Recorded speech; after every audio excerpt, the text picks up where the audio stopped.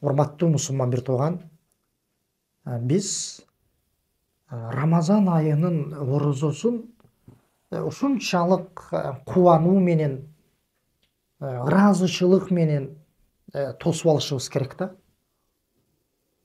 Капалануу менен, кантип кармайт экенмин, кантип тутат экенмин деп эмес, урматтуу мусулман бир туугандар.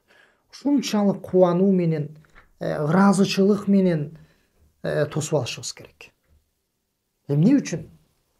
Анткени, урматтуу мусулман бир туугандар, Аллах субханаху ва тааля Курандагы 2-сүрө болгон Бакара сүрөсүнүн 183 аятында ушул Рамазан айынын орозосун тутуу парыз экендигин баяндап айтат да. Я айюхаллазина аману, о ыйман келтиргендер деп кайрылат.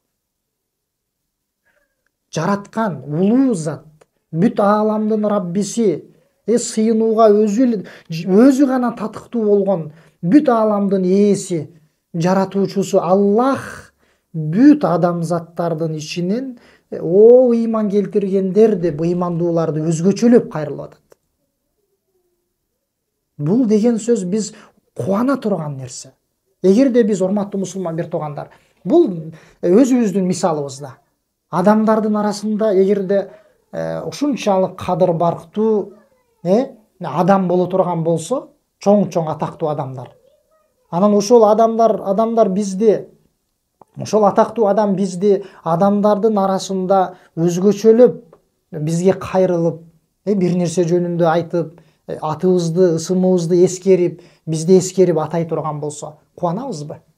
Бул баарына жагат. Эмне үчүн? Анткени ага кайрылып турган адам атактуу адам, кадыр барктуу адам. Аны кубантат бул нерсе.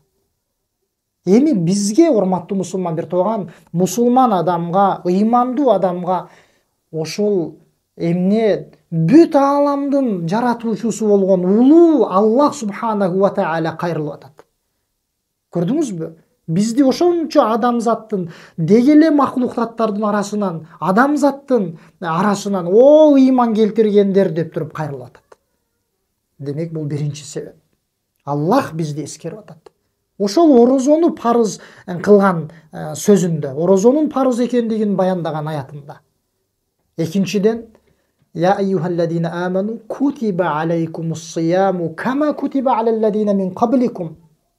О ыйман келтиргендер, силерден мурункуларга парыз кылынганы сыяктуу силерге дагы орозо тутуу парыз кылынды деп атат.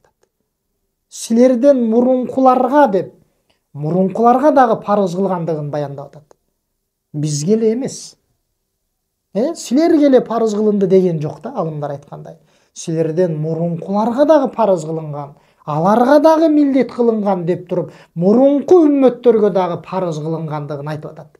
Бул, урматтуу мусулман бир тууган, Аллахтын ушул силерден мурункуларга дагы парыз кылынды деген сөзү, бул мусулман адамга дем, күч, кубат берип, бул Рамазан айынын орозосун ушунчалык ыраазычылык менен, жеңилдик менен, кубануу менен кабыл алууга себеп болот.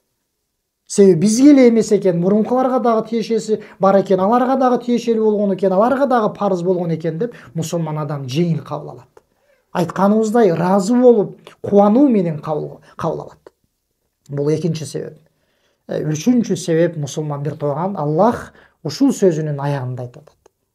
Я айюхаллазина аману кутиба алейкумус-сияму кама кутиба алаллазина мин кабликум лааллакум таттакун. Такыва болушуңар үчүн парыз кылынды деп атат. Зыян жок бул жерде. Көрдүңүзбү? Оңолууңар үчүн, такыва болууңар үчүн, ыйманыңарды арттырып, кубатташыңар үчүн, такыва болушуңар үчүн парыз кылынды деп атат. Бизге бир зыян алып келиш үчүн эмес, бизди бир бактысыздыкка түртүш үчүн эмес, балким биздин оңолуубуз үчүн парыз кылынды деп атат. Бул үчүнчү себеп, урматтуу мусулман бир туугандар, биз бул ошол Рамазан айынын орозосун ыраазы болуп, кубануу менен кабыл алышыбыз үчүн. Аллах субханаху ва тааля баарыбызга жардам берсин.